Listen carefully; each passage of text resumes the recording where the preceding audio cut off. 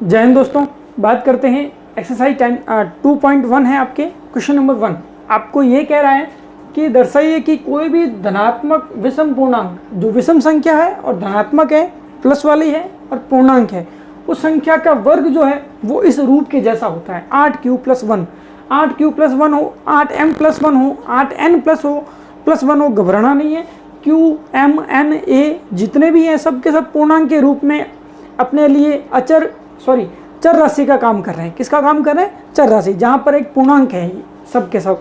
अब इसको करने के लिए आपको इसके पहले जो आपने एग्जाम्पल नंबर 2 करा है उसमें आपने ये सिद्ध करा है कोई भी सम संख्या का धनात्मक जो पूर्णांक होगा वो इस रूप का होगा, उसके अलावा जो विषम पूर्णांक होगा वो इस रूप के जैसा होगा। q 2q के रूप का तो सम पूर्णांक, और जो विषम पूर्णांक है वो 2q+1 के रूप का जैसा होगा। अब चूंकि यहाँ पर भी क्या आ रहा है? q आ रहा है, यहाँ पर भी q आ रहा है, दोनों सेम हो जाएंगी, इसलिए आप इसको 2q की जगह 2m भी लिख सकते हैं, 2q की जगह 2m+1 भी लिख सकते हैं इस तरीके से। या अपने नाम का पहला जो डिजिट होता है वो भी लिखा जा सकता है। क्या मानूँ मैं? 2b मान लूँ या 2m ही मानूँ? m चल रहा है आपके तो m मान लेते हैं, या मेरे नाम का पहला अक्षर मान लेते हैं, n मान लेते हैं अपन, ठीक है, दिक्कत नहीं होगी।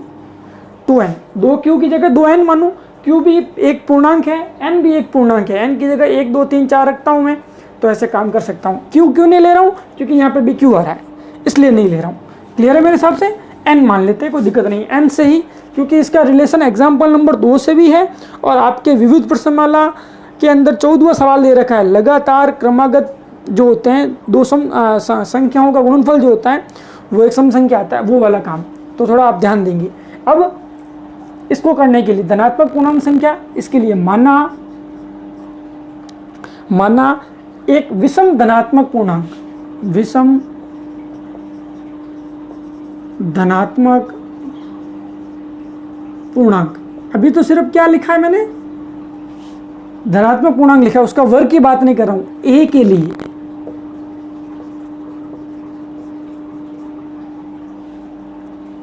लिए a बराबर 2n+1 के जैसा होगा। 2q+1 तो अपन ने सिद्ध करा है एग्जाम्पल नंबर 2 में, अभी ये 2n+1 के रूप के जैसा होगा। अब मुझे क्या करना है? इसका वर्ग लेना है। ये भी एक पूर्णांक है, यहाँ पर n की जगह जैसे जैसे मान रखता जाऊंगा तो जो उसका ओवरऑल उत्तर आएगा वो एक पूर्णांक के रूप में आएगा। वो कैसा निकलेगा? धनात्मक विषम पूर्णांक। बताऊं मैं आपको? n की जगह 1 रखो, 2 × 1, 2+1 कितना होता है? 3। 3 बताओ, एक पूर्णांक है? बिल्कुल पूर्णांक है। 3 धनात्मक है? बिल्कुल धनात्मक है। 3 क्या विषम संख्या है? बिल्कुल विषम संख्या है। तो विषम का भी हो गया, धनात्मक भी हो गया पूर्णांक के लिए, तो a का उत्तर कोई अलग आएगा n के लिए, जहां क्या n जो है वो कैसा है? धनात्मक पूर्णांक है। सिर्फ कैसा है? धनात्मक पूर्णांक। क्लियर? अब मुझे क्या करना है? इसका वर्ग लेना है। क्या लेना है? वर्ग। संख्या नहीं पूछी है, वर्ग पूछा है। अतः a² 2n+1, इधर भी क्या हो जाएगा? स्क्वायर हो जाएगा।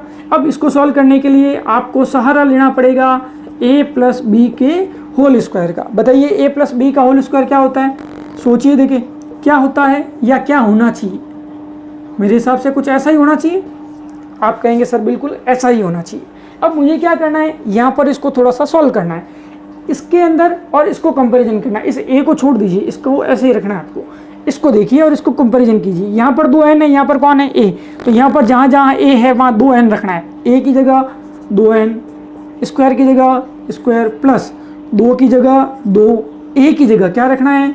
2n, b की जगह b। बताइए यहाँ पर b बाद में आ रहा है, प्लस के बाद में कौन आ रहा है? 1 आ रहा है, तो यहाँ 1, b की जगह 1, प्लस b की जगह वापस 1, स्क्वायर की जगह स्क्वायर, ये स्क्वायर की जगह स्क्वायर लगा दिया। a² + 2ab + b²। 2ab का मतलब ये तीनों के तीनों गुणा में है, तो गुणा के निशान लगा दिया। अब मुझे क्या करना है? इसको ओपन करना है, ये स्क्वायर अप्लाई करना है। 4n² प्लस इनमें क्या कॉमन? 4n+1 की जगह 1। देखो रूप कैसा लाना है? 1 आना चाहिए। इसका मतलब इस 1 को मुझे बचा के रखना है। अब मुझे इसको कन्वर्ट करना है 8q के अंदर। इसके लिए a² इधर पड़ा है, ये उस संख्या का वर्ग है, जो संख्या इसने पूर्णांक माना है उस संख्या का वर्ग यहाँ हो गया। a² चल रहा है। अब देखिए दोनों में कॉमन क्या आ रहा है?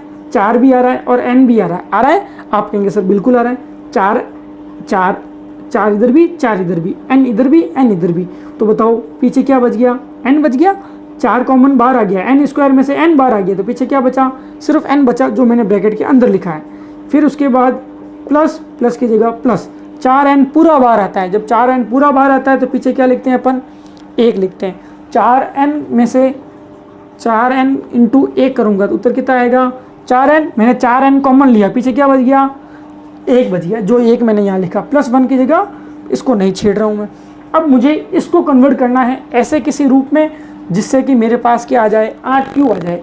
अब इसके लिए n क्या है, मैंने क्या लिखा, धनात्मक पूर्णांक। धनात्मक पूर्णांक का मतलब 1 2 3 4 5 जितने भी प्लस वाली संख्या हैं वो क्या काम करेगी, आपके लिए धनात्मक पूर्णांक का काम करेगी।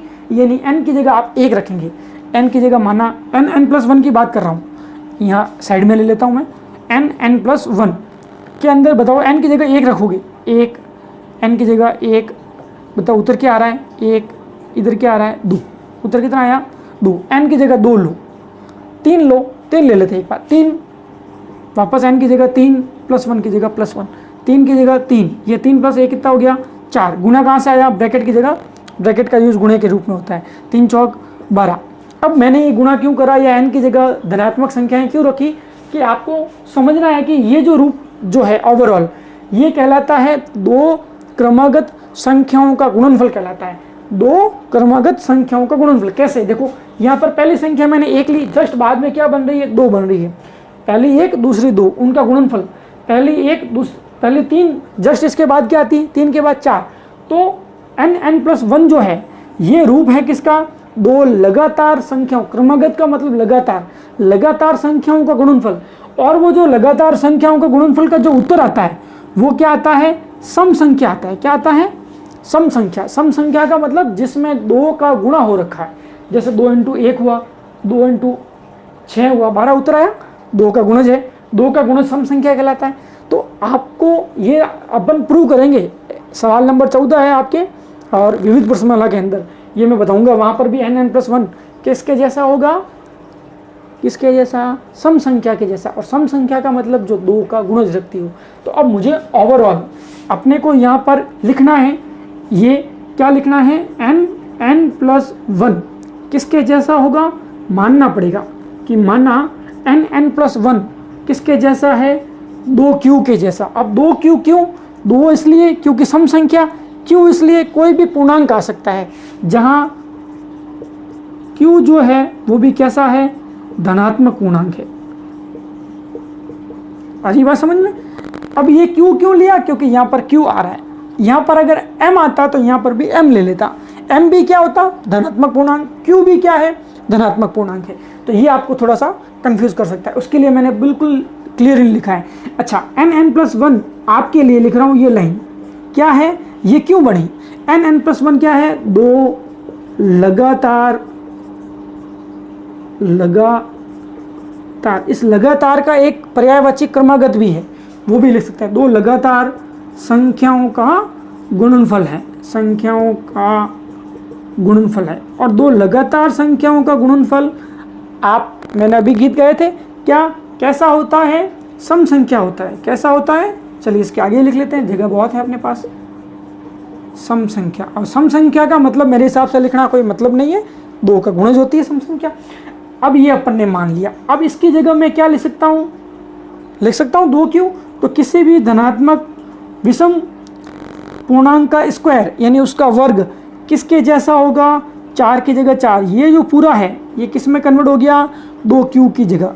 सर गुणा कहाँ से है, इन सब में गुणे का निशान है, 4 × n, ब्रैकेट का मतलब भी गुणा, n+1 +1, क्लियर। अब 4 × 2 कितना होता है, 8, a² बराबर 8q + 1, q का गुणा किसी से नहीं होगा, 2 × 4 8 हो जाएंगे, q की जगह q, 1 की जगह 1।